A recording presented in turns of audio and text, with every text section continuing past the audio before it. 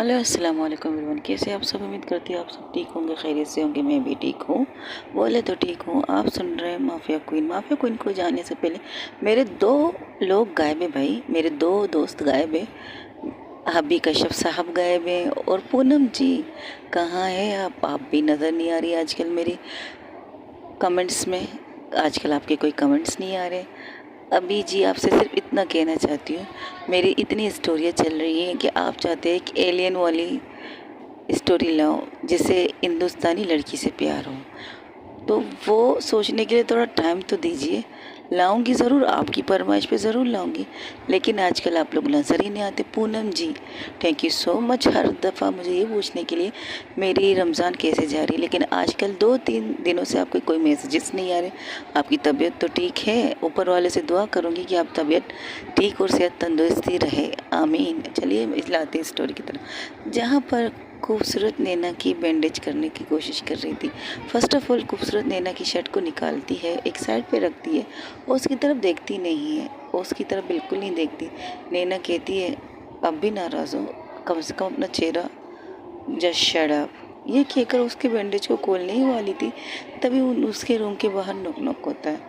तो उसकी दोस्त की तरफ देख के कहते तुम लोग दोस्तों को आराम नहीं, बेचैन आत्मा है क्या, जब भी मुँह उठा के आ जाती है। ये कहकर वो अंदर बाहर जाती है, उससे कहती चादर लो अपनी ऊपर।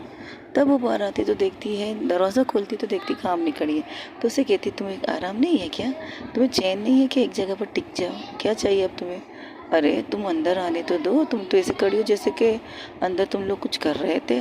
हम कुछ करें या ना करें इससे प्रॉब्लम नहीं, प्रॉब्लम ये है कि तुम यहाँ क्या कर रही है ये बताओ। ओहो तुम तो नाराज़ हो गई, वैसे क्या कर रही हो? ओ बिना कपड़ों के अंदर आओगी?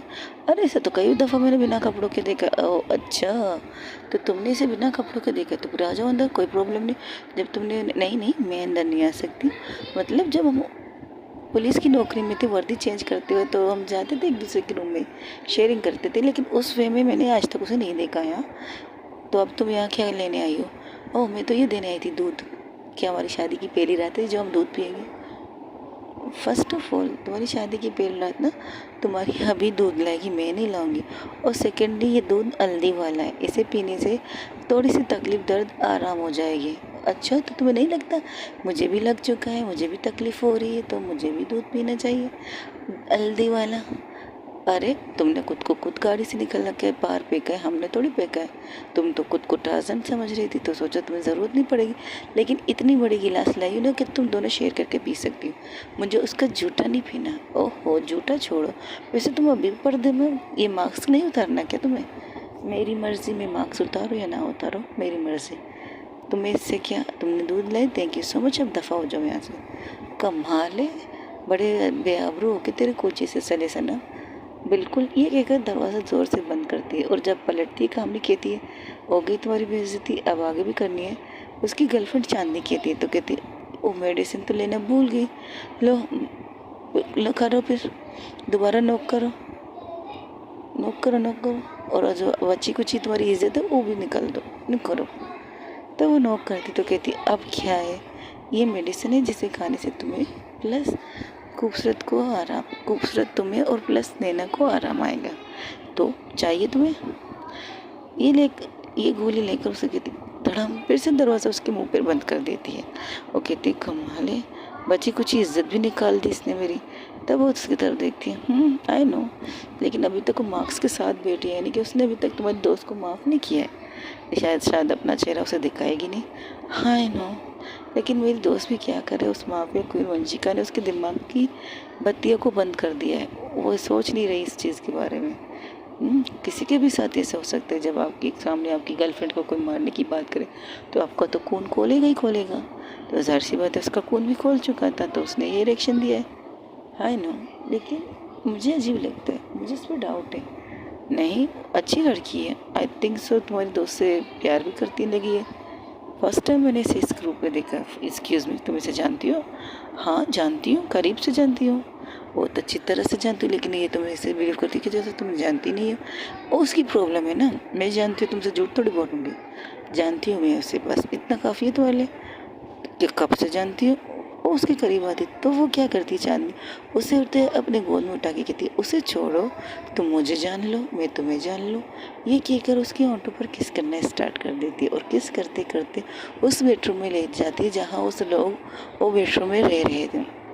उस बेडरूम में लेके जाकर उसे बेड पर लेटाती और कहती तुम्हें नहीं लगता कि तुम्हें मुझे जानना चाहिए और मुझे तुम्हें? दूसरों के बारे में क्यों बात करें, दूसरों को छोड़ो, उनकी लाइफ है, उन्हें जो करने दो करने दे, लेकिन हम अपने मोमेंट्स को क्यों रोकें। ये कहकर वो उसके ऊपर आ जाती और उसके ऊपर आके बहुत प्यार से उसे पैशनेट किस करना स्टार्ट कर देती। किस करते करते उसकी नेक की तरफ आती है। किस करते करते चांदनी उसके नेक की तरफ आती है, उसके नेक को किस करती लिप करती है और उसको बाइट करती है हल्की हल्की से, जिससे कामनी आउट ऑफ कंट्रोल हो जाती है। वो क्या करती है, चांदी को नीचे करती है, खुद उसके ऊपर आ जाती है और उसे बेतहाशा किसी से स्टार्ट करती है। उसके जॉन लैंड से लेकर उसके नेक बोन तक उसे किस करने स्टार्ट कर देती और उसकी किस में बहुत सॉफ्टनेस थी। कामनी की किस बहुत सॉफ्टनेस थी, वो बहुत सॉफ्ट से उसे किस कर रही थी। वो अपनी ज़बान को ले जाकर उसके नेक के राउंड राउंड घुमाती है और फिर हल्की हल्की सी बाइट करना स्टार्ट कर देती है।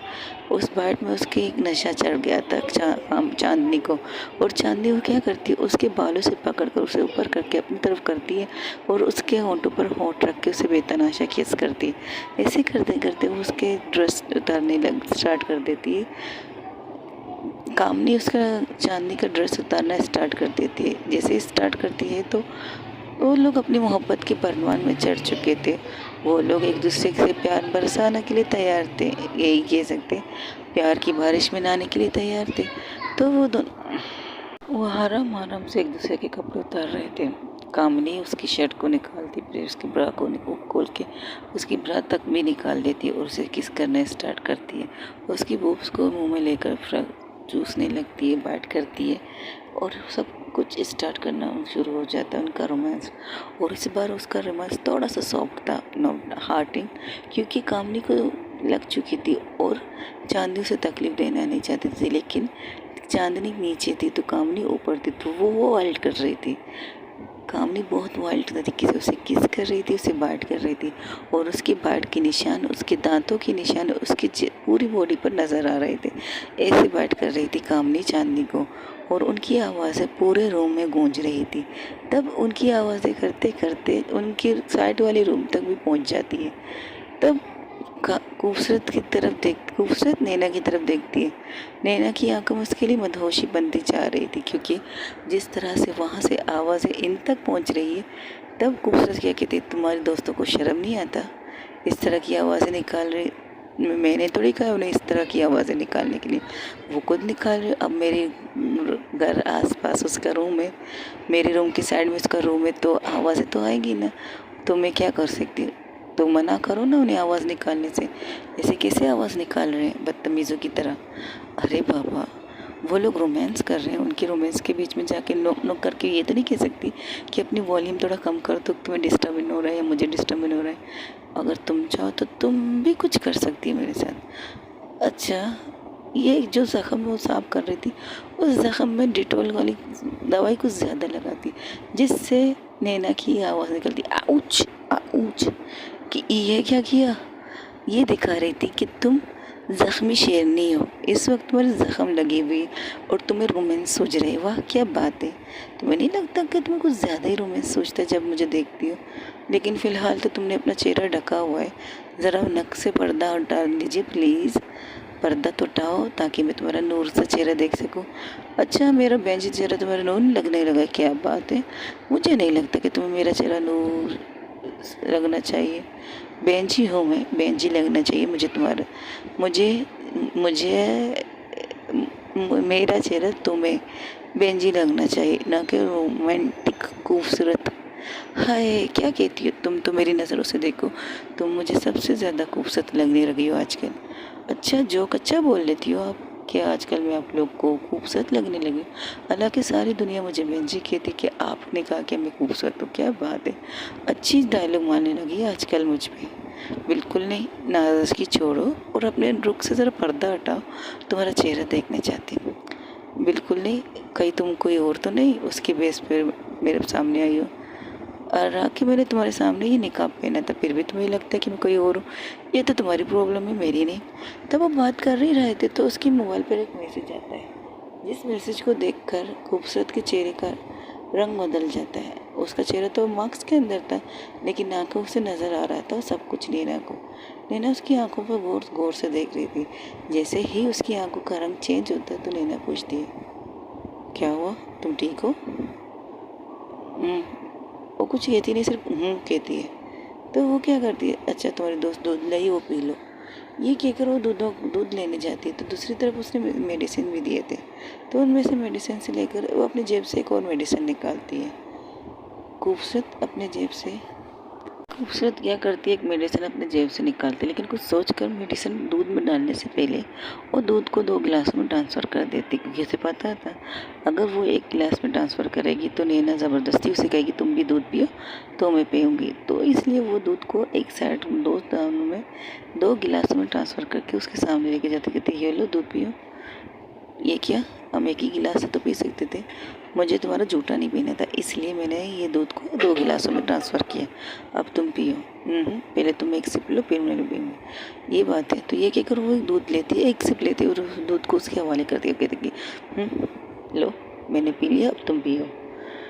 क्या यार, एक सिप तुम लो एक सिप मैं लूँ, ऐसे नहीं कर सकते क्या?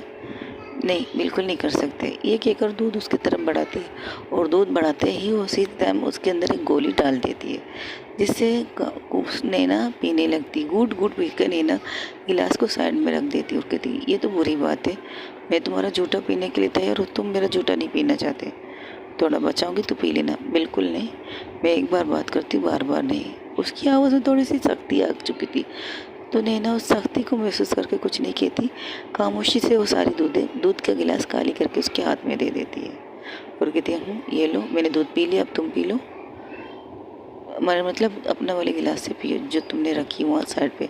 हाँ क्यों नहीं, ये कहकर वो दूध पीने लगती है और हम उसकी ड्रेसिंग करते करते उसकी ड्रेसिंग को, ज़ख्म को साफ करती है, उस पर मलहम लगा के फिर से उस पर पट्टी करना स्टार्ट कर देती।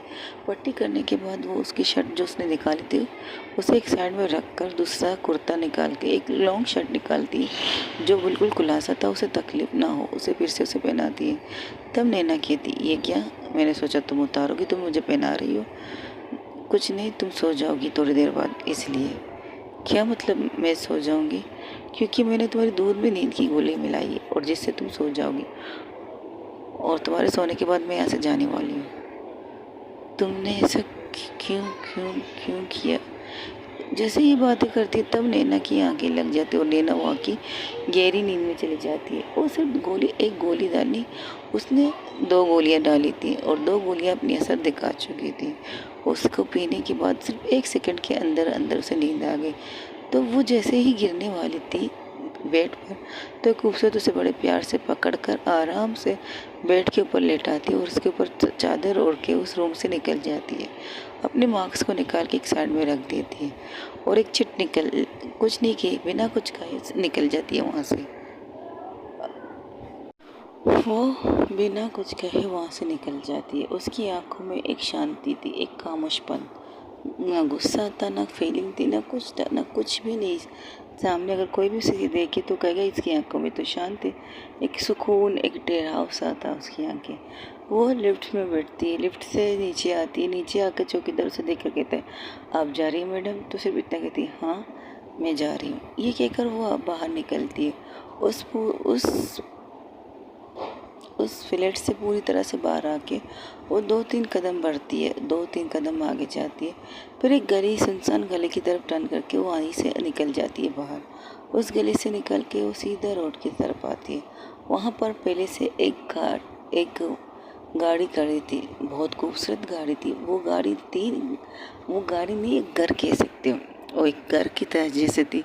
जैसे ही नैना खूबसूरत उस गाड़ी के अंदर जाती है तो वो एक पूरी तरह घर की तरह दिख रहा था। बेड के साइड में एक वॉशरूम था, वॉशरूम के साइड में, लेकिन हाँ वहाँ पर उससे पहले एक इंसान बैठा था। उसके सामने 2 टीवियाँ चल रही थी, छोटी सी टीवियाँ थी, बड़ी भी नहीं थी। उससे सारी चीज़ें देख रहे थे। उसे देख कर वो खड़ा हो जाता, कहते गुड आफ्टरनून मैम। वो कहते इंफॉर्मेशन पक्की है? जी जी बॉस, इंफॉर्मेशन पक्की है। और तकरीबन 3-4 घंटे के सफ़र के बाद उनका घर आता है। उनकी फैमिली वहाँ रहती है। तो मुझे हम लोगों को पहुँचने में कितना टाइम लगेगा? अगर हम इस गाड़ी में जाएंगे तो 3 घंटे ही लग सकते हैं, और अगर मैं अपनी बाइक पर जाऊँ तो आप जल्दी पहुँच जाएंगे। ठीक है, मेरी बाइक मंगवाओ, मैं उस पे जाना चाहती हूँ। ये कहकर वो वॉशरूम की तरफ बढ़ती है। वॉशरूम में जाके वो अपने कपड़े फ्रेश करके बाहर आती है। अब वो बिल्कुल बन गई थी माफिया क्वीन वंशिका। वही एटीट्यूड, वही रोब, वही आवाज़ की चेंजिंग। तो उसकी वो जो काम उसका बंदा वो कहता है, बॉस आप अकेले जाना चाहेंगे? क्यों? क्या मैं अपने साथ बारात लेके जाऊँगी? अगर जिस जगह मुझे जाना है, मुझे वह क्या अकेले जाना है। किसी के सहारे की ज़रूरत नहीं है मुझे। और तुम अच्छी तरह जानते हो कि मैं माफिया क्वीन वंशिका हूँ, और वंशिका की लोगों को सहारा देती है, खुद के लिए सहारा ढूंढती नहीं है। और मुझे यहाँ से जाना है। और हाँ, अगर मुझे लगेगा तुम में से किसी की ज़रूरत है तो मैं तुम लोगों को इशारा कर दूँगी। और तुम लोगों को पता है मेरा इशारा क्या है? जी बॉस, हमें पता है। हम 24 घंटे आप पर नज़र रखे हुए हैं। 10 गुड। ये कहकर वो निकलती है बाहर, उसी तरह से जैसे चढ़ी थी वैसे निकलती है। और सामने उसकी बाइक खड़ी थी, और उस पर बैठती है, हेलमेट लगाती है, और गाड़ी को तूफान की तरह स्टार्ट करके वहाँ से निकल जाती है। तब जो इंसान तो एक लंबी सांस लेता है, थैंक गॉड बच गए, वरना वो हमें लेट हम तो आ चुके थे। लेकिन इन्फॉर्मेशन भी तो लेट दी, लेकिन उन्हें इन्फॉर्मेशन से मतलब था, जान बची तो लाखों पाए। तब उसकी गर्लफ्रेंड आके कहती है, क्या हुआ मेरी जान को, डर गए थे? माफिया क्वीन वंशिका सामने बोलती बंद होगी। अच्छे खासे इंसानों की बोलती बंद होती, मैं तो फिर भी उनका एक नॉर्मली सा काम करने वाला बंदा हूँ, लेकिन मैं इसके लिए जान भी दे सकता हूँ। ये कहकर वो अपने काम पे लग जाता है। तो कहता, तो मैं गाड़ी स्टार्ट कर लूँ? चलो यहाँ से निकलो। ये कहकर वो वहाँ के जितने भी कैमरा जो इन्होंने जाम किए थे, वहाँ से निकलते निकलते वो सारे कैमरा को ऑन करना स्टार्ट कर देती।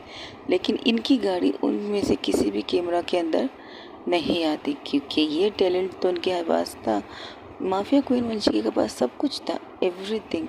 किस तरह क्या काम किस वक्त किस इंसान से करवाना चाहिए वो उसे पता था। तो उसे के पास एक से एक बंदा लाखों में एक था, जो अपने आप एक टैलेंटेड बंदे थे उसके पास।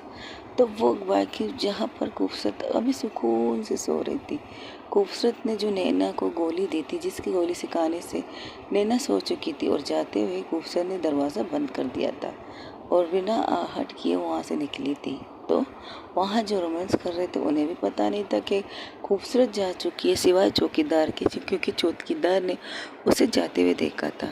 तब वहाँ से गाड़ी सीधा लेके जाती है। जो रास्ता 3-4 घंटों का था, उस रास्ते को वो सिर्फ 2 घंटों में तैर करके उस अपनी डेस्टिनी तक पहुँचती है। और जैसे ही पहुँचती है तो सामने देखते एक बंगला, बहुत दूर बहुत खामोशी इलाके में एक बंगला था।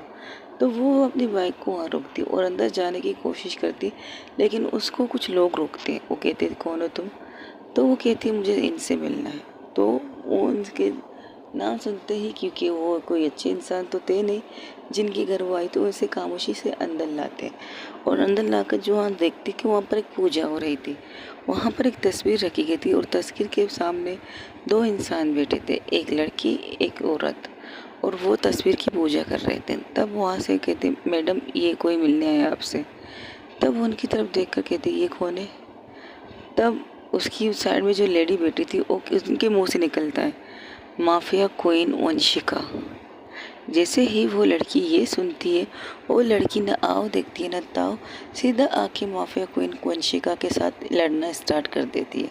उसे मारने के लिए हाथ उठाती, लेकिन माफिया क्वीन वंशिका हर एक पंच से खुद को बचा रही थी। उसे न मारती है, वो हाथ नहीं उठाती, लेकिन उसे के हाथ का जवाब, यानी कि जो हाथ माफिया क्वीन वंशिका पर उठ रहे थे, वो उनसे खुद को बचा रही थी। एक भी मुक्का उसे नहीं लगा था माफिया क्वीन का, उस लड़की का। वो लड़की बहुत कोशिश करती उसे मारने की, और उससे कह रही थी, तुमने मेरे पापा को मारा, मैं तुम्हें जान से मार दूंगी।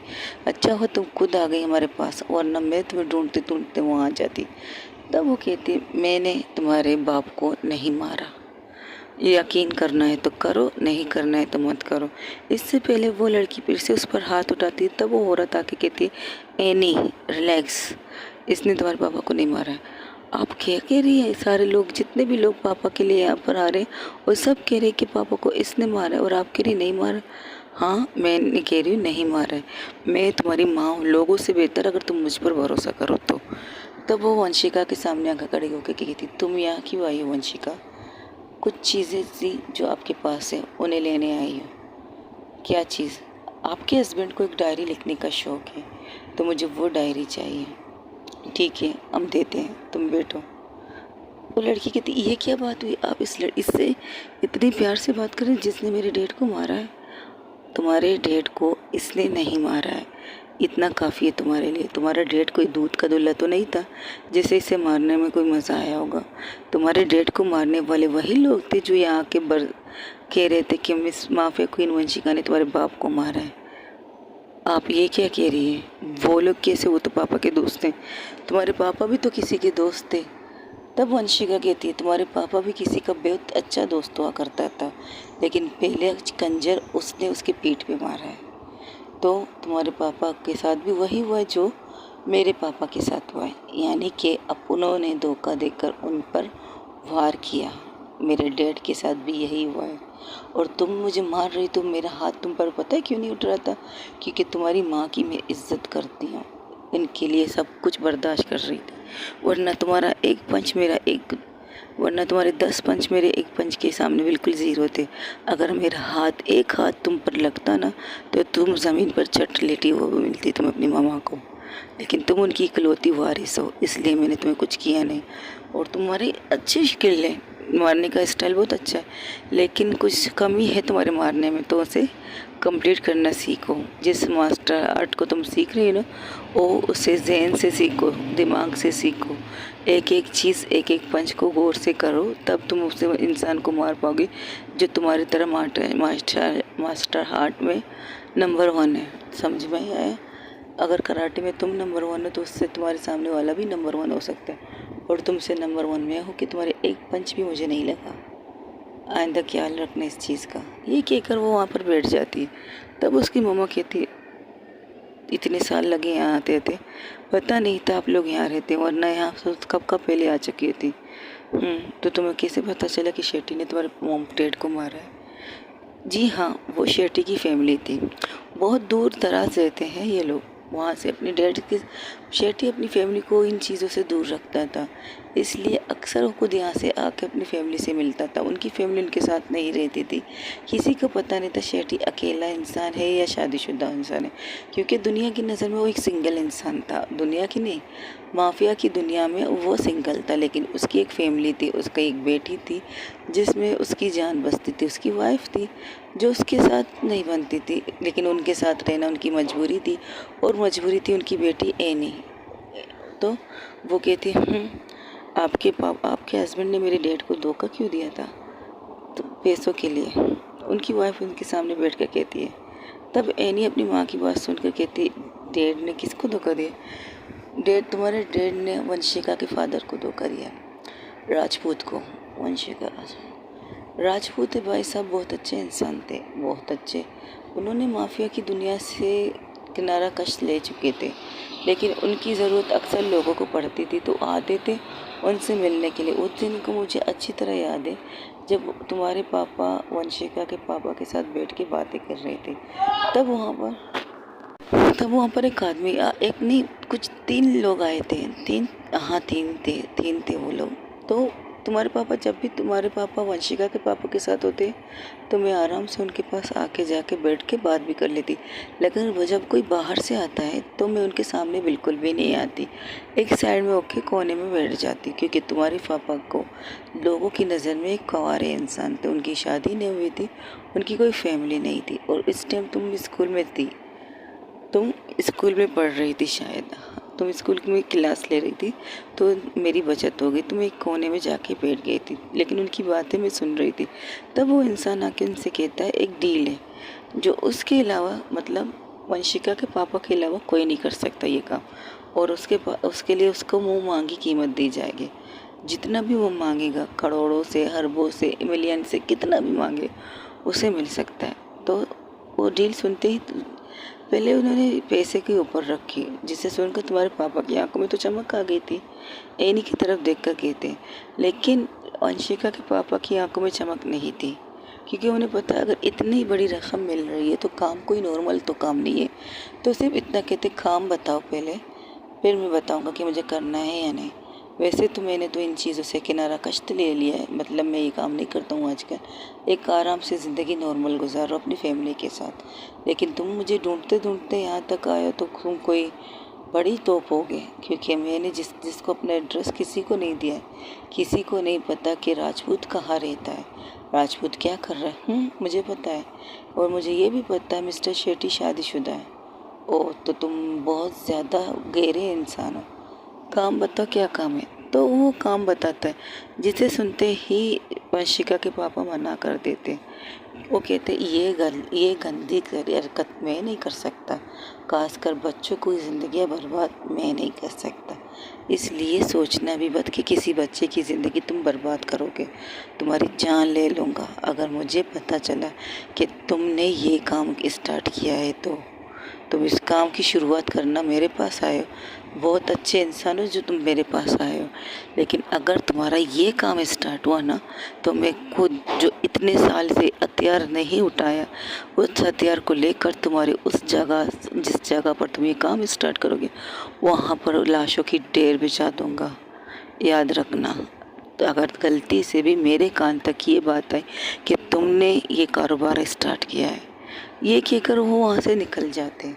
उनके निकलने के बाद ही वो लोग तुम्हारे पापा के पास बैठ जाते हैं, उनके करीब बैठते, कहते कब तक तुम इसके हाथ के नीचे काम करते रहोगे, कब तक तुम इसकी हर जी हुजूरी करते रहोगे।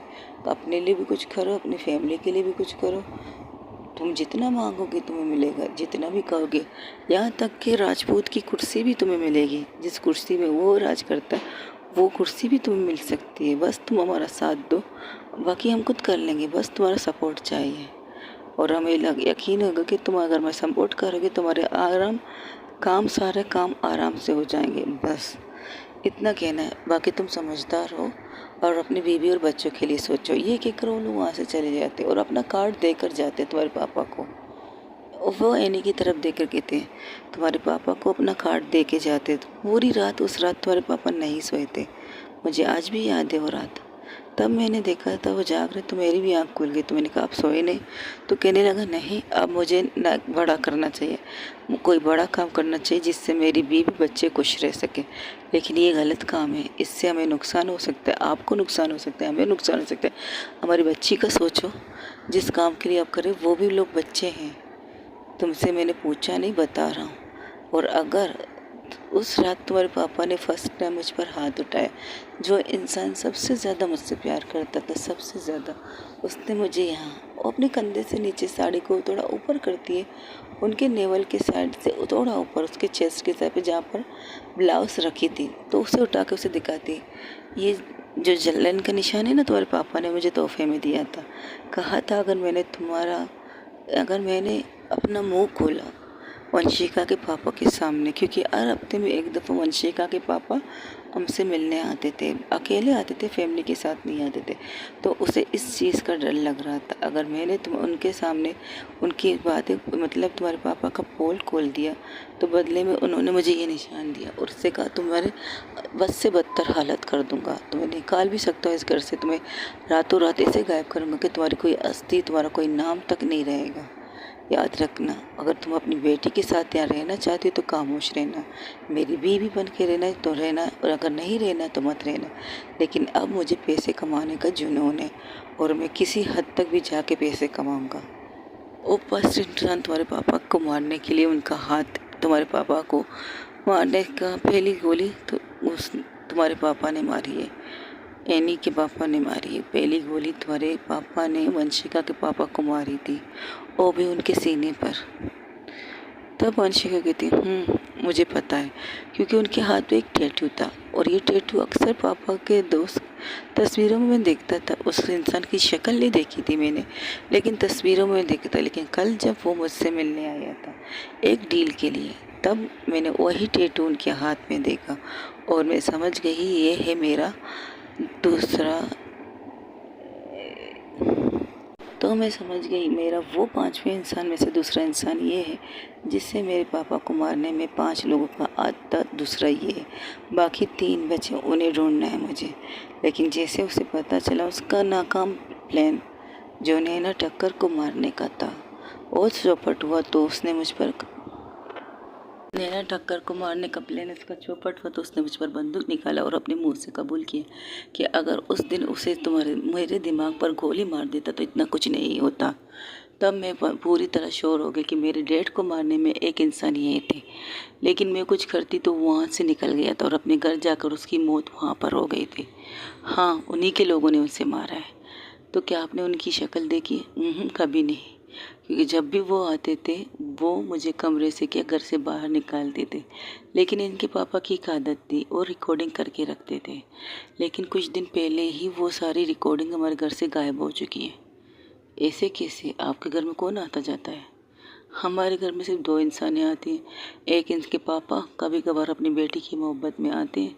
उनसे तो मैंने उसी दिन रिश्ता ख़त्म कर दिया था जिस दिन मुझे ये दाग मिला था। मेरे सिर्फ नाम की उनकी बीवी थी और किसी चीज़ से हमारा कोई रिश्ता नहीं था। बस नाम की बीवी और उनकी बेटी की माँ, यही था हमारा रिश्ता। मेरी बेटी हाल फिलहाल यूरोप से आई अपनी पढ़ाई पूरी करके। उसे अपने पापा के कोई भी काम के बारे में नहीं पता कि उसके पापा क्या काम करते हैं, किस कारोबार में करते हैं। इसे बस इतना बताया गया कि तुम्हारे पापा बहुत बड़े बिजनेसमैन हैं, इससे ज़्यादा कुछ नहीं। मैंने भी कुछ नहीं कहा, कभी नहीं कहा। लेकिन हाल फिलहाल जब उसके पापा को मारने का इल्ज़ाम तुम्हारे नाम सर पे आया तो मुझे बर्दाश्त नहीं हो सका, क्योंकि पहले भी मेरे हस्बैंड की वजह से तुम्हारी फैमिली बर्बाद हुई है। तुम्हारी मॉम की डेथ हुई है, तुम्हारी मॉम जो प्रेग्नेंट थी उनकी हत्या हुई है, तुम्हारे पापा की हुई है, क्योंकि तुम्हारे पापा बहुत अच्छे इंसान थे। वो कभी भी गलत काम नहीं करते थे, कभी भी नहीं करते थे। जब कोई उनके पास आता है गलत काम करने के लिए तो वो उसी वक्त सज़ा दिलाते थे, पुलिस के ज़रिए या कुछ से। अगर पुलिस के ज़रिए देते तो उसको अगर कोई बचाता ना तो उसी वक्त उसे ख़त्म करने का ऑर्डर दे देते थे तुम्हारे पापा, क्योंकि गलत वो बर्दाश्त नहीं कर सकते। अब वो जो डील मुझे नहीं पता वो किस चीज़ की डील थी, लेकिन बहुत ही खतरनाक डील थी जिससे तुम्हारे पापा ने उन्हें इस कदर बड़ी धमकी दे दी थी। और तुम्हारे पापा की धमकी ने शायद उन्हें डरा दिया था कि अगर उनके रास्ते का सबसे बड़ी रुकावट होंगे तुम्हारे पापा, अगर उसने उन्हें ये बिज़नेस स्टार्ट किया तो। जिस तरह तुम्हारे पापा ने कहा है कि वो खुद से अपने हाथ से बंदूक लेकर उन सबको मारेंगे, प्लस उस इंसान की जगह को कंडर कर देंगे जो अगर कभी उसने ऐसी कारोबार स्टार्ट किया। ऐसा कौन सा कारोबार हो सकता है जो स्टार्ट करे? आपने कहा आपके घर से बहुत सी चीज़ें गायब हो चुकी हैं, जैसे कि कैमरा, वीडियो वगैरह, पेन ड्राइव वगैरह, सब कुछ। सब कुछ, क्योंकि उसके पापा कुछ दिन पहले परेशान थे, एक डील के लिए परेशान थे शायद। वो आए थे और कुछ चीज़ें कर रहे थे। फिर इनके जाने के बाद एनी के मंगेतर आए थे। एनी के मंगेतर वो कौन है? वो डॉक्टर है, बहुत बड़े डॉक्टर है, हार्ट सर्जन कह सकते हो, बहुत बड़े। और उसके पापा की पसंद का ही रिश्ता। हालांकि मैंने मना किया था, मुझे लगा था ये लड़का मेरी बेटी के लिए ठीक नहीं है, लेकिन फिर भी मेरी बात उसकी सुनी नहीं और शायद एनी उसे पसंद करने लगी थी। नहीं, मैंने डैड के लिए आंका है मॉम, मैं उन्हें पसंद नहीं करती थी, पर मैंने डैड की वजह से आंका था। उसके आने से पता नहीं क्यों मुझे अजीब लगता है। जब भी वो यहाँ आता है मुझे बहुत अजीब लगता है, बहुत ज़्यादा। ये बात तो मैंने एक दफ़ा इसके पापा से कही भी थी, तो उसने मुझसे की कि अगर तुम तो मेरे कारोबार से शुरू से चलती हो तो तुम्हें मेरे लोग भी पसंद नहीं आएंगे। वो आएगा, वो आता रहेगा इस घर में, तुम उसे रोकोगे नहीं। लेकिन जब भी आता है डायरेक्ट इसके पापा के उस रूम में जाता है जिस रूम में जाने की इजाज़त मुझे भी नहीं है, ना तक कैनी को भी नहीं है। तो क्या मैं उस रूम में जा सकती हूँ? हाँ, जा सकती हूँ, क्यों नहीं। लेकिन वो रूम पासवर्ड चाहता है जो मेरे पास नहीं है। तब मैंने कहती मेरे पास है, तो उसकी माँ यानी की तरफ देखती तुम्हारे पास कैसे? क्योंकि एक दफ़ा पापा ने मुझसे कहा था मुझे मेरी बेटी से बेतनाशा प्यार है, बेतनाशा, और मैं अपनी बेटी के नाम पर हर चीज़ कर सकता हूँ, हर चीज़। तो शायद पासवर्ड मेरे नाम पर रखा होगा डैड ने। आजमाने में क्या चाहता है मॉम? तो कहते हैं ये भी ठीक है, देखते हैं, चलो। ये कहकर उस रूम की तरफ बढ़ते हैं। तो जैसे ही रूम की तरफ बढ़ते हैं तो उसमें एक टाइप किया हुआ है कुछ जैसे लगता है लैपटॉप तरीके का सा लगा था। तो वो क्या करती है, वो लड़की खुद से जाकर एनी जाकर अपना नाम लिखती है और लिखती है पापा की लाडली, एनी पापा की लाडली। जैसे ही ये नाम कंप्लीट लिखती है तो वो डोल खुल जाते। तो कहती क्या बात है बेटा, तुम्हें तो, हाँ मैंने कहा था ना पापा मुझसे सबसे ज़्यादा प्यार करते थे। उसकी आंखों से दो कतरे आंसू निकलते हैं क्योंकि अभी थोड़ी देर पहले उसने अपने पापा की अंतिम विधि के लिए पूजा की थी। तो वो लोग अंदर जाते तो घर, वो कमरा नहीं, एक अजीब सा कह सकते हो, चारों तरफ टीवी थी, टीवी नहीं बहुत सी चीज़ें थी। और वहाँ पर एक बेड था, बेड के साइड में कुछ बुक्स किताबें वगैरह रखी थी और बहुत सी चीज़ें थी। तब उनकी नज़र एक डायरी पर जाती है। जब वो डायरी उठाते तो देखते उस डायरी में बहुत सी पेजेस गायब है। तो कहते ये क्या, हाँ मुझे, हमें नहीं पता, हम तो सुबह से पापा की पूजा के लिए लगे हुए थे, हमें नहीं पता ये क्या है, कैसे किसने किया है। आपने कहा था आपके अलावा, इनके अलावा, आपके हस्बैंड के अलावा, मेरे हस्बैंड नहीं है वो, ओके, एनी के पापा के अलावा इस रूम में सिर्फ वो डॉक्टर, वो इंसान आते, इनके फियांसी। आज आए थे क्या वो यहाँ पे? हाँ आए थे, बस आए थे, सीधा पापा के रूम की तरफ बढ़े। हमने इस चीज़ का ध्यान नहीं दिया था। ओके, तुम लोगों ने इस चीज़ का ध्यान नहीं दिया तो उसी चीज़ का फ़ायदा उठा के वो यहाँ अंदर आया। एक मिनट रुको, पापा की एक आदत थी। कैसी आदत? पापा अक्सर हर जगह कोने में एक कैमरा लगाते हैं जिसका जिक्र वो कभी किसी से नहीं करते। और तुम्हें इसी बात कैसे बताया नहीं? क्योंकि पापा की बेस्ट फ्रेंड मैं हूँ तो अक्सर एक दफ़ा लगा रहे थे तो मैंने देखा, पापा ये क्या है? तो इन्होंने कहा ये कैमरा है, ये फाइल्स कैमरा है, इसे हम छुपा के रखेंगे और कोई भी हमारे घर में कोई गलत काम करेगा तो हमें पता चल जाएगा। ओके, तो क्या आपने ये कैमरा हर जगह लगा रखा है? लगा रखा है। तो आपने ये कैमरा आपका उस पर्सनल रूम में भी लगा रखा है जिसमें आप मुझे जाने नहीं देते? वो जगह तुम्हारे लिए नहीं है, तुम्हारी जगह मेरे दिल पर है। मेरी बेटी की मोहब्बत, मेरी बेटी की सब कुछ मेरे दिल पर है, समझे? ऐसा कोई कभी भी गलती से भी उस कमरे में मत जाना अगर अपने पापा से प्यार करती हो तो। ऑफकोर्स पापा मैं आपसे बहुत प्यार करती हूँ, वो सारी बातें उसे बताती। तो कहती तो यहाँ पर भी कोई कैमरा हो सकता है, ढूंढ सकते हैं हमसे। तो चारों तरफ देखते लेकिन उन्हें कोई भी चीज़ ऐसी नहीं लगी कि हाँ यहाँ कैमरा तो है, सब नज़र आ रहा है, लेकिन उस कैमरे की कोई भी फुटेज उनके पास नहीं आ रही है। तब वो लड़की कहती है एक मिनट रुको, एक दिन पापा के हाथ में एक टेडी बेयर था, तो मैंने कहा था मिलने के लिए, नहीं ये तुम्हारे लिए नहीं, ये मेरे रूम के लिए। तो मैंने कहा यह क्या बात है, लगता है आप इसके अंदर कोई कैमरा लगाएंगे। बहुत समझदार हो गई हमारी बेटी। हाँ पापा ने उसके अंदर शायद कैमरा लगाया होगा। वो चारों तरफ देखते लेकिन जब नज़र आ जाते टेडी की तरफ तो देखते ये वाली टेडी थी। तो उसकी तरफ जाते, नहीं, माफिया क्वीन वंशिका क्या करती, उसे टच नहीं करती। उसके हाथ में एक कैमरा था, उस कैमरे को उस टेडी के ऊपर जूम करती है, सर से लेकर पाँव तक उस टेडी को देखती और वाकई उसे टेडी की आंखों के अंदर कैमरा नज़र आता है, वो भी एक नहीं दो कैमरे। तो वो क्या करती है, वो कहती है इसके अंदर एक और चीज़ ऐड की गई, पासवर्ड। अब इसका पासवर्ड क्या हो सकता है, क्योंकि टेडी के पास अगर जाओगे तो वो ब्लास्ट भी हो सकता है क्योंकि उसके पास एक बॉक्स लगा था जिसमें लिखा था पासवर्ड। तब वो एनी क्या करती है, तो कहती है मैं करती हूँ। वो जाती है बड़े कॉन्फिडेंट के साथ अपना नाम ऐड करती है और जिस तरह ऐड करती है वाकई वो भी टेडी पर ओपन हो जाता है और उसकी आंखों आंखों का कैमरा है वो बाहर निकलता है। उसे देखकर वो कहती क्या बात है, तुम्हारे पापा वाकई तुमसे बेतहाशा प्यार करते हैं। ये कहकर उस टेडी की आंखें निकाल देते हैं। जैसे ही आंखें निकालते हैं उसके हाथ में कुछ चिप, दो चिप किस्म की चिप भी लग जाती है खूबसूरत नैना के हाथों, माफिया क्वीन वंशिका के हाथों में। उन इन चिप को देखे ये क्या, इतनी छोटी चिप, ये किस चीज़ की हो सकती है? फिलहाल तो ये नहीं कह सकते लेकिन हम इस कैमरे में देखेंगे यहाँ इस रूम में हुआ क्या था। तो कहती ठीक है। वो क्या करती है, पहले वो उस फोल्डर को खोलती है जिस फोल्डर में यानी कि उसके हस्बैंड एनी के मंगेतर सुबह आए थे और जैसे ही खोलते तो देखते वो अंदर आया, टेबल पर स्टडी टेबल के पास बैठा और उसने डायरी ली। उस डायरी को बड़ी बेदर्दी से पढ़ने लगा, बड़ी बेदर्दी से पढ़ते पढ़ते उस डायरी को ले जाने के बजाय फिर से एक साइड में रख देता है। जो शायद इम्पोर्टेंट पर्चियाँ थी, जो शायद इम्पोर्टेंट चीज़ें उस डायरी में लिखी गई थी वो उन चीज़ों को निकाल चुका था।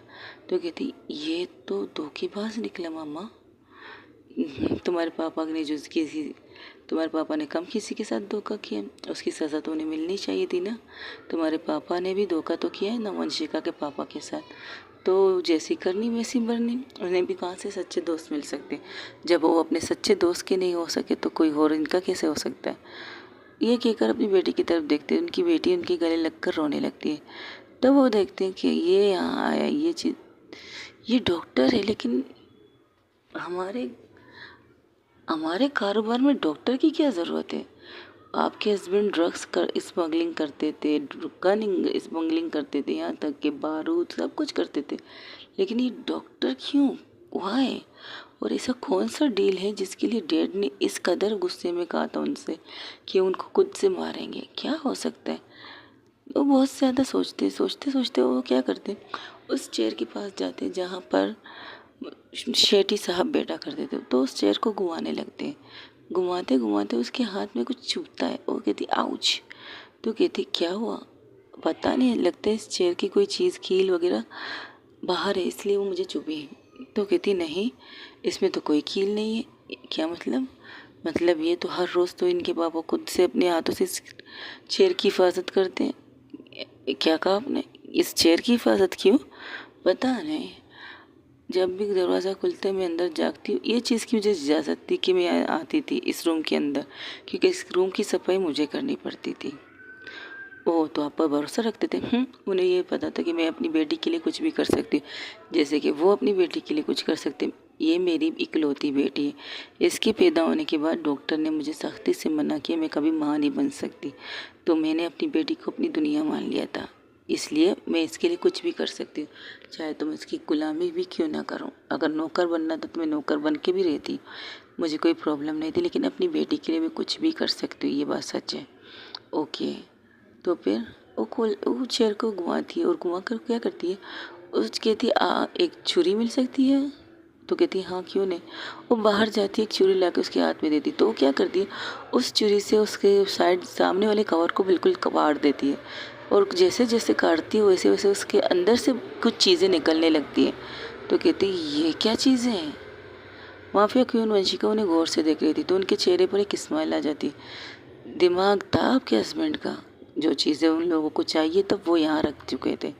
वो उन फाइलों को निकालती है और उन फाइलों में एक सुई लगी थी जिसने माफिया क्वीन वंशिका के हाथ को ज़ख्मी किया था। तो कहती है ये है वो फाइल जिसकी तलाश उन लोगों को है, जिसकी तलाश मुझे है, लेकिन अगर ये उनके हाथ में नहीं लगा तो वो यहाँ पर किसी वक्त भी आ सकते हैं और आपको ख़त्म करके इन चीज़ों को लेने के लिए। तो वो क्या करती है, उसके हाथ में एक घड़ी थी, उस घड़ी में 2 किस्म के बटन थे, एक ग्रीन एक रेड था। तो वो ग्रीन बटन दबाती, रेड नहीं दबाती। तब मैंने कहती इसका क्या मतलब है, ग्रीन मेरे ख्याल रेड कतरे की घंटी होती ना।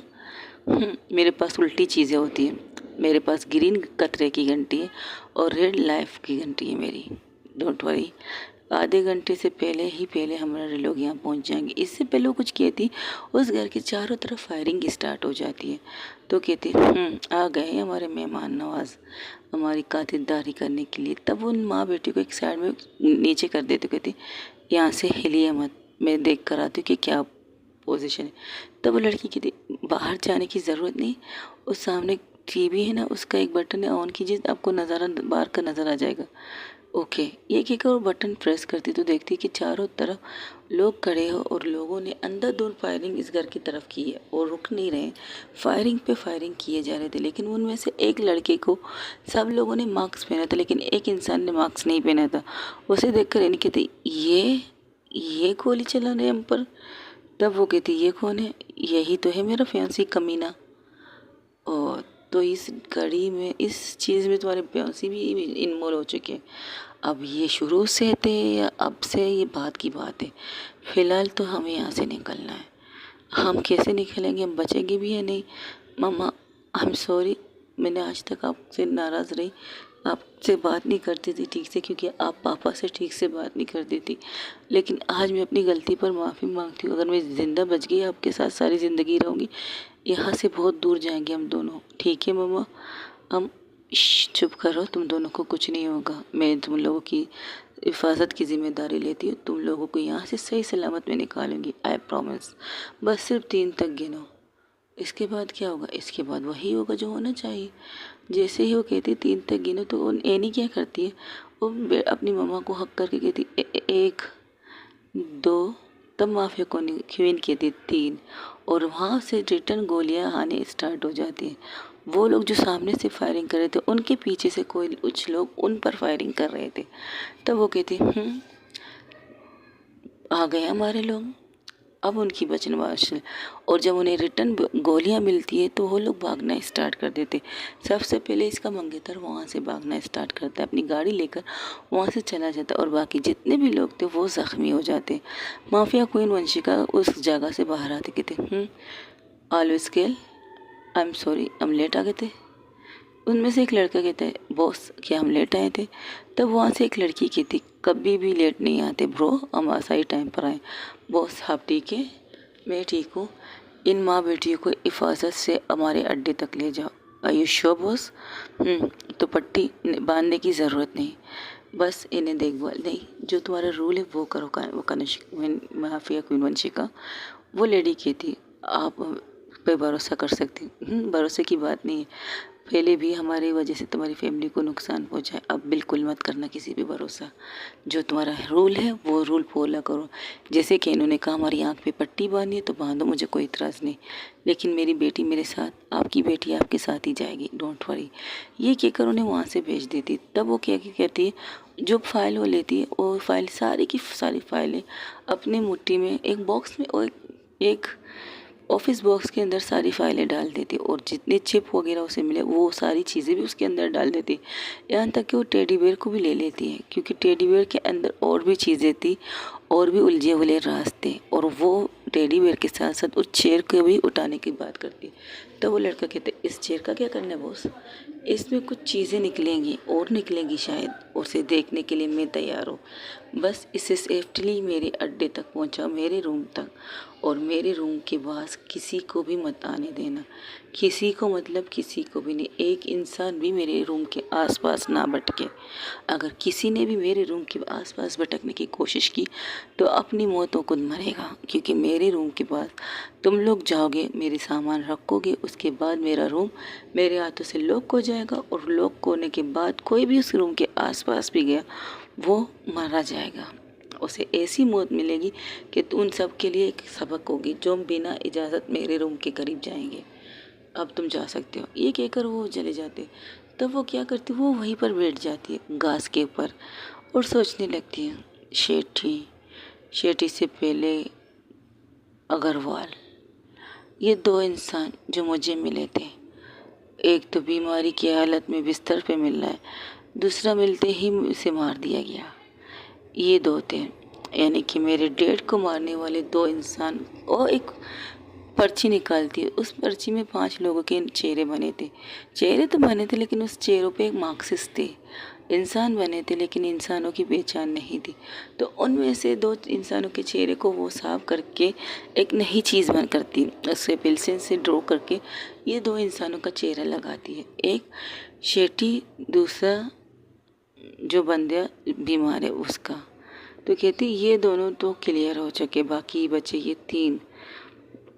और मेन वो एक इंसान को जो बीच में उसने बना के रखा है, उसके ऊपर उंगली रख के कहती ये मेरे ख्याल से ये इंसान सबसे बड़ा गेमर है, और इसके गेम की वजह से सारा चक्रव्यूह फैल बना है।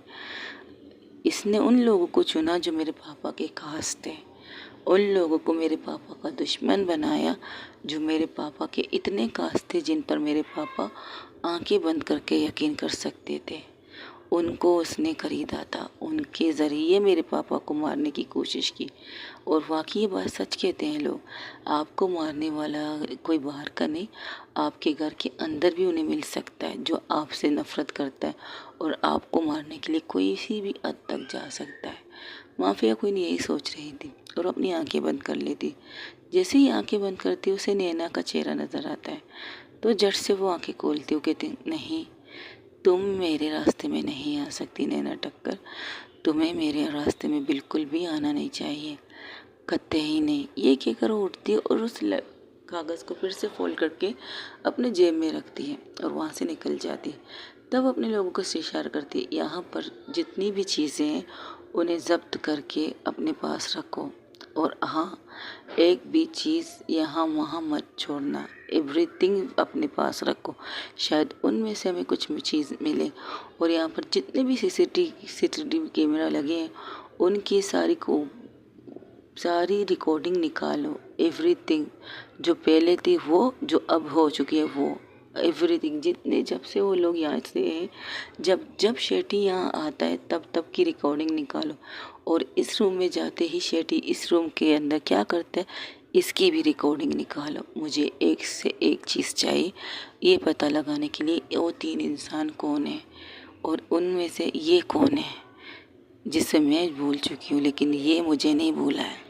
हर कदम पर मेरी मौत का साजिश कर रहा है। शेट्टी को मारने से पहले शेट्टी के ज़रिए मुझे मारना चाहता था, लेकिन शेट्टी की कमज़ोर कड़ी उसके ईगो पर मैंने वार किया, और उस वार की वजह से उसके मुंह से वो सच निकला जो शायद उनको वो लाने के लिए काफ़ी था। वो उस लड़की से कह रहे, तो अब क्या करना है? फ़िलहाल तो मैं एनी और उसकी माँ को यहाँ से लेके जाओ। लड़की क्यूट है, रो बहुत रही है, अपने पापा से बहुत प्यार करती होगी शायद। बहुत लाडली थी अपने पापा की। हाँ, जिस कमीने बाप बेटी लाडली तो होगी ना, पता नहीं कमीने बापों की बेटियाँ लाडली क्यों होती हैं। ये कहकर वो उसकी तरफ आते कहते, चले आप लोग। उसके चेहरे पर मार्क्स नहीं था, उसका चेहरा नज़र आ रहा था। एनी उसे घूर के देखती, तब वो कहती, ऐसे क्या देख रही हो? तुम वही हो ना जिसने मुझे इस जगह पर देखा था? तुम मुझे फॉलो कर रही हो और तुम इनकी।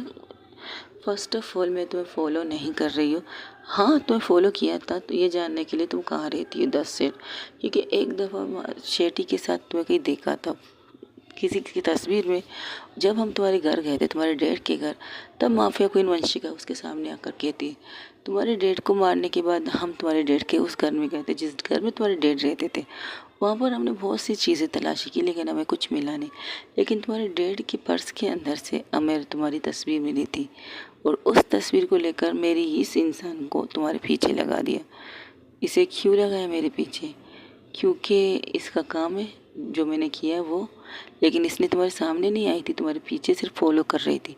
उस फॉलो की वजह से आज हम तुम्हारे इस घर तक पहुँचे। अगर आज हम तुम्हारे घर तक नहीं पहुँचते ना, तो तुम लोग जिंदा सलामत मेरे सामने खड़े भी नहीं होते। याद रखो, शायद तुम लोगों का नसीब अच्छा था कि इसने सही वक्त पर मुझे यहाँ का एड्रेस दिया और मैं यहाँ पर आई थी। ओके, अब क्या करना है? अब कुछ नहीं, तुम्हारी सेफ्टी की हिफाजत की जिम्मेदारी मैंने ली है। पर पापा का ये घर देखो, हम इस घर को ऐसे नहीं छोड़ सकते। शायद हम इस घर को आग लगा दें, इस घर को हम ब्लास्ट भी कर सकते। ऐसे कैसे कर सकते हो? ये मेरे पापा की आखिरी निशानी है। जो इंसान ही नहीं रहा उसकी निशानी का करना क्या है आपको?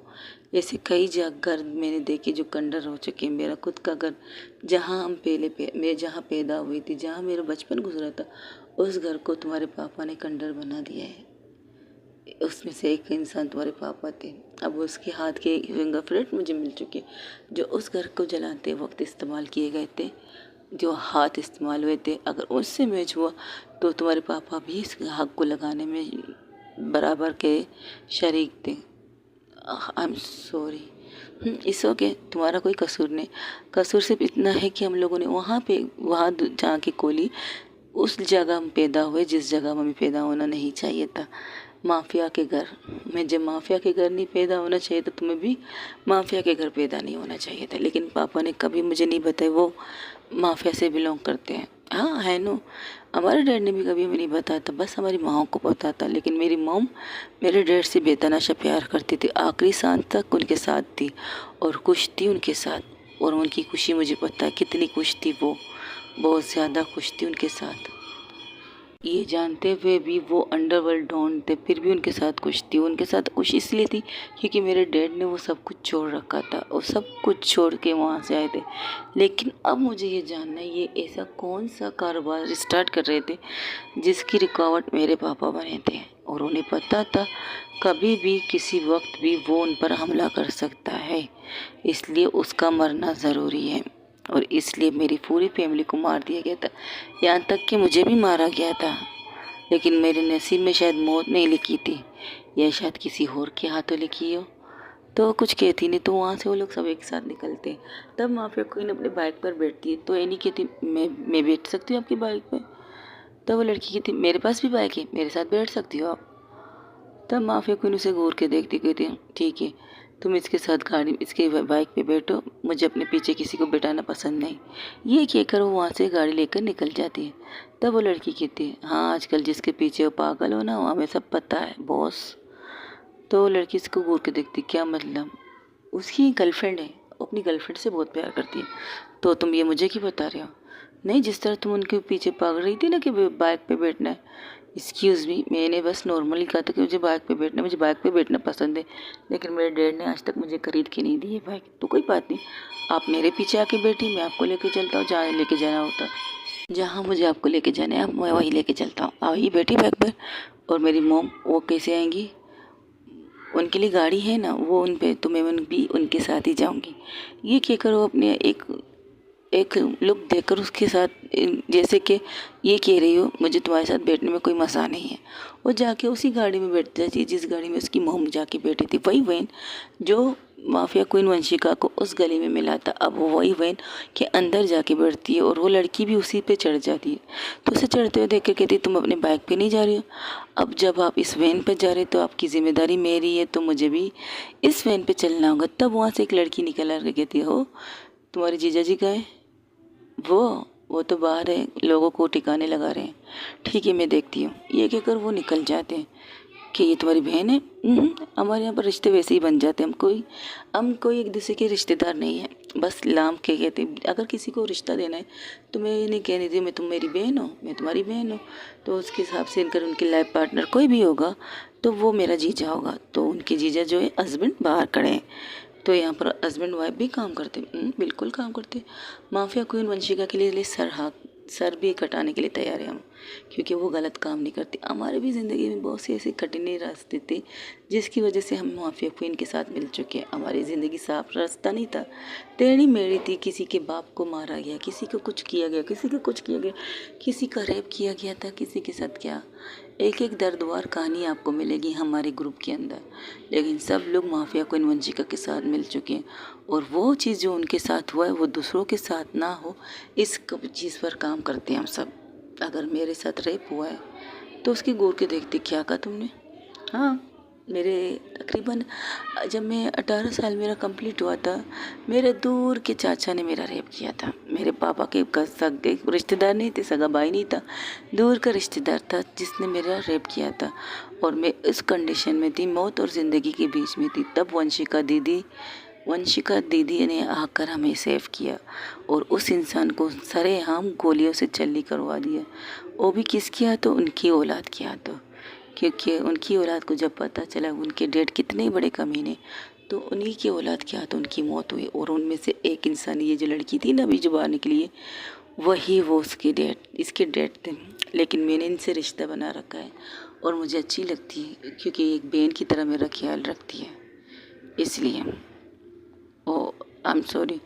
तब उसकी माँ कहती कोई बात नहीं बेटा, होता है कभी कभार।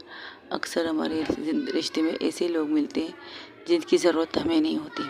कोई बात नहीं।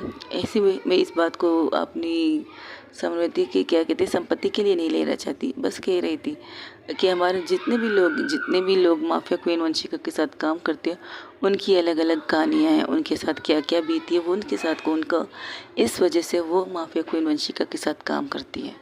बाकी उसकी दुनिया बहुत अच्छी है। हम अपनी लाइफ भी गुजारते हैं, हम इसके अलावा भी काम करते हैं। बॉस ऑफिस काम करते हैं, कुछ लोग ऑफिस वर्कर, कुछ लोग कुछ लोग बिजनेस में काम करते हैं। सब लोगों की अलग लाइफ, पर्सनल लाइफ भी है।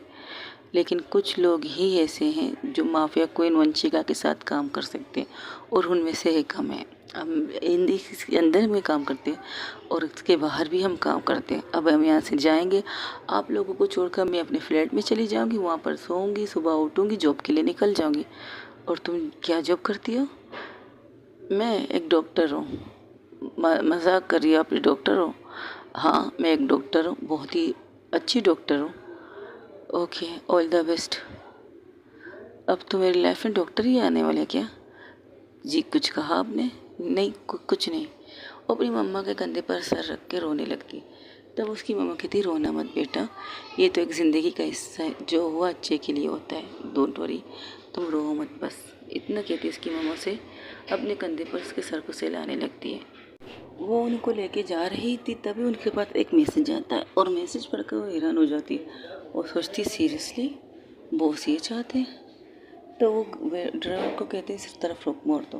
वो अपने दी को कहते जो उसने लड़की निकली थी उसने कहा, वो भी उसको घूर के देखती सीरियसली हमें यहाँ जाना है?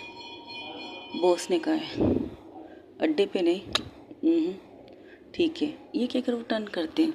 उनका रास्ता तकरीबन 1 घंटे से 3 घंटे तक वो चलते रहते। 3 घंटे बाद जो है एनी अपनी माँ की गोद में सर रख के सो चुकी थी। वो लोग उस बेड के ऊपर बैठे थे जिस गाड़ी के अंदर मैंने कहा था बेड भी था। वो गाड़ी नहीं थी, घर था। तो सिर्फ उसे लड़की को देख रही थी। तब वो कहती, उसकी बहन कहती इतना मत घूर वरना मर जाएगी तू इसे घूरते घूरते। अच्छी है, क्यूट है, लेकिन एक फैंसी वाली है, मंगेतर वाली। जैसे ये सुनती उसका चेहरा उतर जाता है। कहती सच में मंगेतर वाली है? डॉक्टर है उसका मंगेतर। अभी थोड़ी देर पहले बातें हो रही थी अंदर। ठीक है। ये कहकर वो एक घर की तरफ बढ़ते हैं। जैसे ही वो जगह पर गाड़ी रुकती है तो वो कहती आई आंटी बाहर निकलिए। और जैसे ही वो घर से बाहर निकलते तो सामने का घर देख कर हैरान होते ओ शॉक्ड। ये कौन सा घर है बेटा? ये माफिया क्वीन की दोस्त का घर है, हम यहाँ रहेंगे। वंशिका घर है, ये वंशिका का घर है, ये वंशिका का घर है, वंशिका राजपूत का घर है। वो लड़की कहती है ओके तो क्या हम यहाँ रहेंगे? उसने तो कहा था मैं अड्डे पे ले आओ। लेकिन आपको यहाँ पर लाने की बात हुई है तो हम आपको यहाँ ले आए। तब वहाँ पर एक लड़की आके कहती आइए। तो उसकी तरफ देख कर कहते ये कौन है? ये खूबसूरत है, यहाँ पर काम करती है। आप लोग का स्वागत है इस घर में। क्या लेना पसंद करेंगे, चाय कॉफ़ी या कुछ और? खूबसूरत वहाँ पर काम वाली लगती। तब उस औरत स्माइल करके कहती वंशिका राजपूत कैसी हो? जैसे ही उसके मुंह से अपने नाम को सुनती तो उनकी तरफ देखती कहती ओह तो आपने पहचान लिया। कैसे ना पहचानती, तुम्हें इन हाथों से बड़ा किया है मैंने वंशिका बेटा। मुझसे तो ये आंख मुचौली मत करो और घबराओ मत। किसी से नहीं कहूँगी कि तुम वंशिका राजपूत हो और तुम हमारे सामने इस तरह बिहेव मत करो कि तुम यहाँ की नौकरानी हो। ओके जैसे आपकी मर्ज़ी। आपकी बेटी ठीक है या नहीं? लेकिन अभी इस कदर VIP टूट का क्यों? और एक इसीलिए है ना। क्या असल बात ये है आंटी, आप मेरी मम्मा की दोस्त थी, बहुत अच्छी दोस्त थी आपकी मेरी मम्मा अक्सर आपकी तारीफ़ करती थी। तो उस लिहाज से मुझे आपकी इज़्ज़त करनी पड़ती है क्योंकि आप मेरी मॉम की वो दोस्त थे जो मुश्किल घड़ी में उनके साथ थी, उनकी तकलीफ़ में उनके साथ थी। आपने मेरी पैदाइश से लेकर मेरे जब बड़ा होने तक मुझे देखा था। 8 साल तक तो आपने मुझे देखा ही था। इसके बाद आपके हस्बैंड की नीयत बदली तो आपकी तो नहीं बदली। लेकिन थैंक यू सो मच, आप वो इंसान है जिसने मुझे बचाया। ये बात कोई नहीं जानता, कोई भी नहीं जानता जब मुझे वहाँ से निकाला गया था, किस कंडीशन में निकाला गया था और वो डॉक्टर कौन थी जिसने मुझे बचाया। थैंक यू सो मच मुझे वो नई ज़िंदगी देने के लिए। हाँ तकलीफ़ बहुत हुई थी, बहुत ज़्यादा दर्द होता था मुझे लेकिन जब दर्द होता था तो मुझे ऐसा लगता था कि कोई एक ममता वाले हाथ मेरे सर को सहलाते, कहते ठीक हो जाओगी। तुम्हें अपना वो वादा पूरा करना चाहिए जो तुमने अपनी मम्मा से किया है। उनके कातिलों तक उनको उस अंजाम तक पहुंचाना है जो तुमने अपनी मम्मा के आखिरी सांस में उनके हाथ पकड़ के किया है। चाहे उसके लिए मेरे हस्बैंड भी क्यों गुनहगार क्यों ना हो, तुम्हें उनको भी सज़ा देने का हक है। यही कहा था ना आपने मेरे कानों में अक्सर आके मुझे जगाने के लिए। तब उसकी आंखों से 2 आंसू निकलते। कहा था लेकिन आई एम सॉरी, तुम्हारे मोम को बचा नहीं पाई और ना उनके बच्चे को। कोई बात नहीं, आपने इस बच्ची को बचाया यही बहुत है। लेकिन याद रखिएगा आपके हस्बैंड को मैंने नहीं मारा है, जानती हूँ। उनको उन्हीं ने मारा है जिनके वो दोस्त बना करते थे। उन्होंने भी अपने दोस्त की पीठ पर वार किया तो उनको भी वैसे ही जवाब मिला। मुझे इस चीज़ का कोई अफसोस नहीं है। मुझे टेंशन है अपनी बेटी का, जिसे अब पता चला उसके पापा क्या काम कर चुके हैं। थोड़ी सी तकलीफ़ में है, वो बताएगी नहीं बट रोएगी ज़रूर। अपनी बेटी की तरफ देखती है जो वो बिल्कुल बच्चों की तरफ मासूमियत से सोई थी। ये भी ठीक है, आप यहाँ रहेंगी, आपको किसी चीज़ की भी ज़रूरत हो यहाँ पर आप सेफ रहेंगे। हमारे चारों लोग आपके पास होंगे। ये मेरी बहुत अच्छी दोस्त है। वो अपना नकाब हटाने की इशारा करती है तो वो भी अपना नकाब हटाती है। तो उसे देखकर ये तो एक लड़की है और इतनी खूबसूरत। हाँ हो, मैं खूबसूरत हूँ, मेरा मतलब ये खूबसूरत है, इसका नाम खूबसूरत है, मेरा नाम वंशिका है। तो खूबसूरत का नाम मैंने लिया है। ये है खूबसूरत मेहता। खूबसूरत ये है आंटी, आज से यही रहेंगी इस घर में। जिस तरह तुम लोग इस घर में रहते हो उस तरह ये भी रहेगी। हमारी एक फैमिली है आंटी। दो लोग बाहर गए हनीमून मनाने के लिए, एक अपनी गर्लफ्रेंड के साथ है, एक यहाँ पर अपने कपल है। ये तीनों है, हमें ये ग्रुप है हमारा, और ये हमारा फाइनल ग्रुप है। इससे ज़्यादा लोग नहीं हैं, ऐड नहीं कर सकते ना। लेकिन मेरी दोस्त जो गर्लफ्रेंड है वो एक पुलिस वाली है, उसके साथ आजकल वो डेट पे कर रही है। ये तो हो नहीं था। तो अब मुझे ये पता लगाना है कि आपके दामाद जी डॉक्टर होकर इतने बड़े डॉन के, आपके दामाद जो दामाद है होते अब नहीं है। अब जो पता चला वो मेरे दामाद नहीं है, उसकी अंजाम तक उससे पहुंचा। तब वो क्या करती है, खूबसूरत की तरफ इशारा करके कहती, खूबसूरत पता लगाओ ये डॉक्टर क्या काम करता है और कैसा काम करता है, इसकी बायोग्राफी A to Z मुझे पता चाहिए। A to Z का मतलब समझती हो ना, ए से लेकर जेड तक कहाँ जाता है, क्या करता है, कितने अमाउंट है, कितने लीगल पैसे हैं, कितने अनलीगल कंपनियां हैं, एवरीथिंग मुझे इंफॉर्मेशन चाहिए कल तक। और इसको तुम ही निकाल सकती हो क्योंकि तुम एक डॉक्टर हो, डॉक्टर खूबसूरत मेहता। तो अपने काम पे लगो और उस काम को अंजाम दो, काम को अंजाम दो। इस डॉक्टर के बारे में पूरी इंफॉर्मेशन मुझे चाहिए कि वो कहाँ बैठता है, कहाँ सोता है, कहाँ किस टाइम पर बाथरूम जाता है, किस टाइम पर बाथरूम से निकलता है, एवरीथिंग। इसका डिटेल भी चाहिए आपको, सीरियसली बॉस। मुझे चाहिए। ये क्या करो, निकलती है अपने रूम की तरफ बढ़ती है और जाके अपने रूम में जाके बेड पर लेट जाती है और आँख पर हाथ रख के लेट जाती है। तब थोड़ी देर 5 मिनट गुजरते ही तब उसे अपने माथे पर एक हाथ की लिमस का हाथ का महसूस होता है अपने माथे पर। तो आंखें खोलती है, देखती सामने। आप यहाँ क्या कर रही हैं आंटी, कोई चाहिए क्या? बहुत सालों बाद अपनी बेटी से प्यार करने को दिल कर रहा है। मिली भी हो ना, हक कुछ भी नहीं किया बेटा आपने मुझे, क्या मैं इतनी बुरी हो गई हूँ? नहीं, मम्मा की याद आ गई। और ये कहकर उनकी गोद में सर रख के रोने लगती है। और जिस तरह से माफिया क्वीन वंशिका रोती है, उसकी रोने की आवाज़ सुनकर उसके जितने भी दोस्त हैं वो रूम पे आते, उसकी तरफ देखते और रो रही है, क्योंकि उन्होंने कभी भी वंशिका को इस तरह रोते हुए नहीं देखा है। लेकिन हाँ, आज वो रो रही है, उस औरत की गोद में सर रख के रो रही है जिसने उसे कई दफ़ा बचाया है, कई दफ़ा। वो इंसान है जिसने माफिया क्वीन वंशिका को नहीं, वंशिका को बचाया था। बचपन में जब उसे गोली लगी थी, उसे हॉस्पिटलाइज किया गया था। दुनिया से छुपा के रखना, दुनिया से बचा के रखना था, तो वो उस औरत ने किया था। और उसने औरत ने बेसब्री से उसकी भी हिफाजत की थी, हर दफ़ा उसकी हिफाजत की थी। आज जब उसकी गोद में सर रख के रो रही है माफिया क्वीन वंशिका, तो उसको इसकी अपनी मम्मा की खुशबू आ रही थी और उसकी मम्मा की बेस्ट फ्रेंड कहलाती थी। तो वो रोते रोते उसकी आंखें कब लग जाती उसे भी नहीं पता चलता। और उसके सर को सहलाते सहलाते उसे बड़े प्यार से उसे बेड पर लेटाती और वो रूम को बंद करके बाहर निकलती। तब वो कहती, खूबसूरत कहती, मैं एक सवाल पूछूं? पूछो। आप अगर इसकी इतनी वेल विशेस थी तो आप इसके सामने क्यों नहीं आई थी? आना चाहती थी, कई दफ़ा आना चाहती थी, लेकिन डरती थी अपने हस्बैंड से, अपने एक्स हस्बैंड से डरती थी कि कहीं वंशिका के बारे में अगर उसे पता चला वो वंशिका को नुकसान ना पहुंचाए। इस चीज़ से डरती थी। वरना उसके बारे में मुझे हर खबर मिलती थी खूबसूरत के रूप में। खूबसूरत के रूप में वो मैंने टक्कर के यहाँ काम कर रही है, क्या कर रही है, मुझे सब पता है।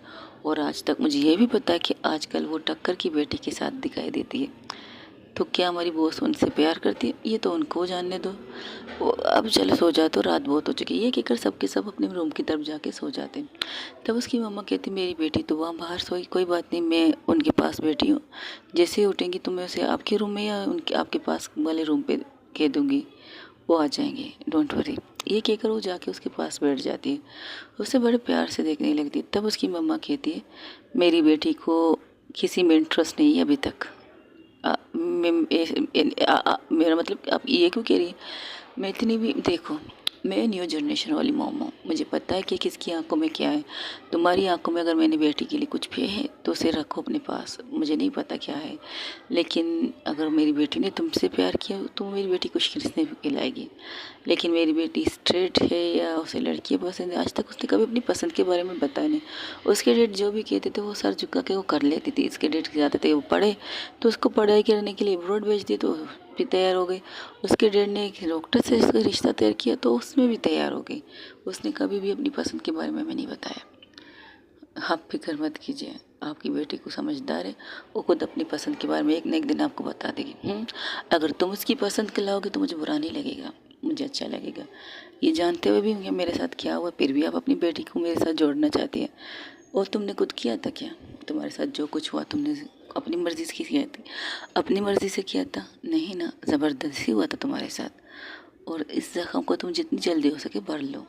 आप एक बहुत अच्छी डॉक्टर हैं। तुम्हें कैसे पता चला? जिस तरह भी माफिया क्वीन वंशिका ने कहा है ना कि जिस तरह आपने उसका इलाज किया है, तो इससे तो एक समझदारी कह सकता कि आप डॉक्टर हो। बहुत साल पहले डॉक्टर थी, आखिरी केस मैंने वंशिका का किया था। इसके बाद मैंने डॉक्टरी से रिटायरमेंट ले ली और रिटायरमेंट लेकर अपनी बेटी के साथ लाइफ गुजार रही थी। बस एक गिल्ट के साथ कि वंशिका को कुछ ना हो। इस गिल्ट के साथ थी कि मैंने वंशिका और वंशिका की फैमिली के लिए कुछ नहीं कर पाई। मैं अपने दोस्त के लिए कुछ नहीं कर पाई, अपनी बेटी के लिए। एक माँ हारी थी अपनी बेटी की वजह से, एक दोस्त हारी थी।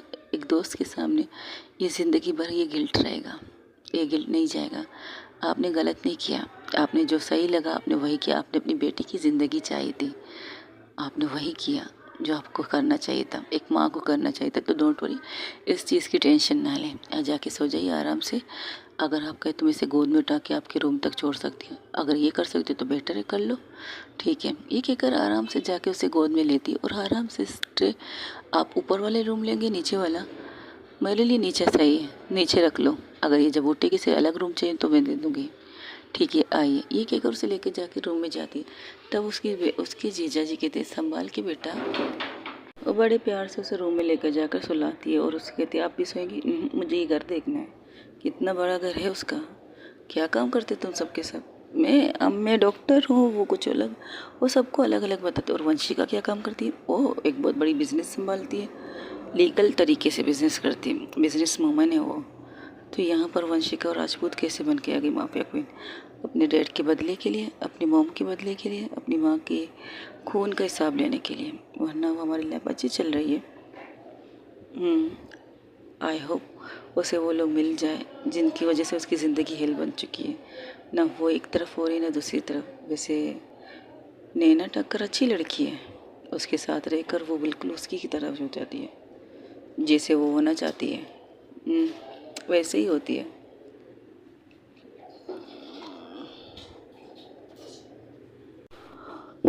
नैना के साथ रहकर वंशिका वंशिका रहती है और बॉस वैसे होती है जैसे हम सोच भी नहीं सकते। आज जो नैना वीडियो भेजा है ना चांदनी ने हमारे पास, हम उसे देख कर शौक थे। दिखाओ मुझे, वो सारी वीडियो दिखाते देख रहे हैं। ये वंशिका है, हाय नो। और ये है नैना, नैना टक्कर लॉयर, लेकिन अब वो IPS ऑफिसर है। हाँ पता है, जब से ये पता चला है कि वो IPS ऑफिसर, डर लगता है कि इन दोनों के रिश्तों का क्या होगा। ये दोनों अपने रिश्ते को नाम नहीं देना चाहती, पता नहीं क्यों। रहना चाहते, एक साथ रहना चाहते, कहते नीड पता नहीं क्या, आई डोंट नो। लेकिन हम जब जब उन्हें इसके साथ देखते तो जिस तरह उनकी आंखों की चमक होती है, जिस तरह उनके चेहरे की खुशी होती है ना, वो फेस्टिवल होती है, जैसे कि वाकई वो है वंशिका, जिसे हम इतने सालों से जानते हैं, जिसके साथ हम लाइफ गुजारते हैं। हम सब यहाँ रहते हैं इस घर में, सबके सब अलग अलग रूम में, 2 कपल रहते हैं, बाकी सिंगल रहते हैं। लेकिन अभी एक चांदनी है, उसका भी कपल आ चुका है। खूबसूरत मैम अभी तक आपके सामने है। मैं खूबसूरत मेरा नाम है, लेकिन वंशिका मैम ने मेरा नाम लिया है और मेरे नाम के सहारे ही चल रही है, मेरा नाम, मेरा सरनेम, सब कुछ। लेकिन हाँ, डॉक्टर ही नहीं लिया क्योंकि उसे डॉक्टरी कुछ आती नहीं है, इस वजह से। घर अच्छा, काफ़ी अच्छा बना हुआ है। वो पूरे घर को उसे दिखा रही थी, एनी की मोम को। तो कहती मिसेस सिंघानिया आंटी को, ओके आंटी, आपको ये घर कैसा लगा? बहुत खूबसूरत, इस घर के डेकोरेशन बहुत अच्छा है। ये सब कुछ वंशिका ने किया है। Everything is Vanshika choice. बहुत अच्छी तरह सजावट की है इस घर ने, तो उसे सजाने का शौक़ है। सजाने का शौक़ है, लेकिन किचन के काम से उसे मौत आती है, और खाना बनाना हमारी जिम्मेदारी होती है, वो सिर्फ खाती है। कल से मैं बनाऊँगी तुम सबके लिए। नहीं नहीं, आप तकलीफ़ मत कीजिए। कोई बात नहीं, अगर मुझे आंटी कह रही हो उस घर में लाए हो एक माँ की तरह, तो क्या मैं एक माँ अपने बच्चों के लिए खाना नहीं बना सकती? तो ये तो नेकी और पूछ-बूछ। अब कल हम सबके आपके हाथ के नाश्ता, घर का नाश्ता खाएँगे, माँ के हाथ का। अब मैं कोई प्रॉब्लम नहीं। आइए, मैं आपको आपके रूम तक छोड़ती हूँ। उन्हें उनके रूम तक छोड़ती है। एक नज़र एनी को देखकर वो वापस आती, तो उसके जीजा और दीदी कहते, क्या बात है, क्या घूर-घूर के देख रहे थे? फर्स्ट ऑफ ऑल अनवर भाई, और हाँ मिसेस अनवर, आप ये बदतमीज़ नाम ले रही हो हमारा। और नहीं तो क्या अनवर भाई साहब, आपकी बहन को कोई पसंद आ गई, आपकी साली को फर्स्ट टाइम किसी को लाइक करने को दिल कर रहा है, लेकिन वो स्ट्रेट है या क्या है ये नहीं पता। दुआ कीजिएगा जो मैं सोच रहा हूँ वो हो जाए। और इसी तरह सब बातें करते करते सो जाते हैं। माफिया क्वीन वंशिका बेड पर रोते रोते सो चुकी थी, और वो गहरी नींद में थी, बहुत ज़्यादा गहरी नींद में। वहीं दूसरी तरफ नैना टक्कर, जो नींद की गोलियां खाकर वो सो चुकी थी, वो अब सुबह के तकरीबन 10 बज चुके थे। सुबह के 10 बजे कामनी की आंखें खुलती, कामनी रूम से बाहर निकलती। चांदनी अब भी उसकी बाहों में सो रही थी, तो उसे साइड करके वो फ्रेश होकर बाहर आती। देखती, अरे ये टाइम 9-10 बज रहे, अभी तक नैना नहीं जागी। तो क्या करती, जाके नैना के रूम पे नॉक करती है, तो देखती है नैना का रूम खुला हुआ है। वो सोचती वो अगर खूबसूरत यहाँ होगी तो रूम तो लॉक होगा, तो क्या ये वो यहाँ नहीं है? वो ये देखकर अंदर जाती है। अंदर देखती कि नैना अभी तक सो रही है, तो उससे आवाज़ देती, नैना कहती सोने दे, मुझे नींद आ रही है, बहुत ज़्यादा नींद आ रही। तो कहती तुझे इतनी नींद क्यों आ रही है, और ये खूबसूरत कहाँ है? वॉशरूम में होगी ना। अच्छा ठीक है, मैं देखती हूँ। ये क्या करूँ, वॉशरूम की तरफ जाती है, लेकिन वॉशरूम से जैसे बाहर निकलती है, सामने वो शॉपर नज़र आता है जिसे वो कल रात मास्क बना के पहनी थी। तो उन मास्क को देखकर कहती, ये यहाँ पर वो वॉशरूम खाली, और वॉशरूम में तो एक कतरा पानी भी नहीं गिरा, जैसे किसी ने इस्तेमाल नहीं किया वॉशरूम। तो वो नैना की तरफ आती, नैना को हिलाती, लेकिन नैना उठती नहीं। तो क्या करती है, उसके साइड में जो दूध की गिलास थी उसे देखती है, तो उसे देखकर थोड़ी सी सूंघती है, तो कहती ये क्या मिला हुआ है इसके अंदर? तब चांदनी आके कहती, गुड मॉर्निंग स्वीट हार्ट, तुम यहाँ क्या कर रही हो? इससे स्मेल करो, किस चीज़ की खुशबू आ रही है इससे, दिखाओ। इसमें तो नींद की गोली की खुशबू आ रही है। नींद की गोली? क्या नैना को नींद की गोली दी गई है? लगता है खूबसूरत मैडम ने दी होगी, चाहे तुम्हारे दोस्त कुछ ज़्यादा करने वाली थी इसलिए। ओके गाइस, आज के लिए इतना ही। हो सके मेरे स्टोरी को लाइक शेयर कमेंट सब्सक्राइब कीजिएगा। और बहुत जल्द माफिया क्वीन वंशिका अपने फैमिली के कातिल तक पहुंचने वाली है। और कैसे पहुंचेगी, आखिर वो आखिरी चट्टा इंसान कौन है? 5 इंसान के बारे में उसे पता था, चट्टा इंसान अभी निकल के उसके सामने आया है कि कौन है ये किंग जो अपने प्यादों को आगे करके महाराज बन के एक जगह पर बैठा है, कोने में बैठा है। तो चूहा हुआ ना, बिल में बैठा है, उस चूहे को माफिया क्वीन वंशिका निकालना चाहती है। अब उसे मिल चुका है मिसेस शेट्टी का साथ, जो इसकी मोम की बहुत अच्छी दोस्त हुआ करती थी, बहुत अच्छी दोस्त थी। और एक दोस्ती का कर्तव्य उसने हर दफ़ा निभाया था। बस इसने एक चीज़ नहीं की थी जो उसकी माँ को बता देना चाहिए था कि उनके हस्बैंड में थोड़ी सी बेईमानी आ चुकी।